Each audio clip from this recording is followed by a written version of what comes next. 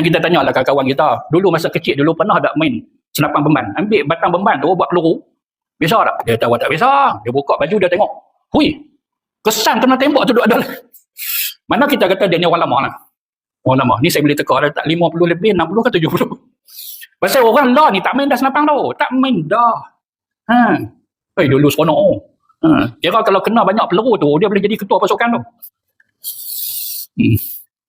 Senapang tu, senapang kayu tu, ada lagi kat rumah saya. Mak getah dia dah reput dah lama dah.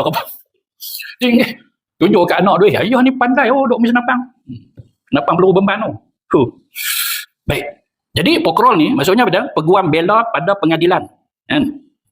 Dia kata sinonim dengan pengacara atau kuasa hukum sebaik. Baik, kita tahu dah itu maknanya peguam. Pokrol ni.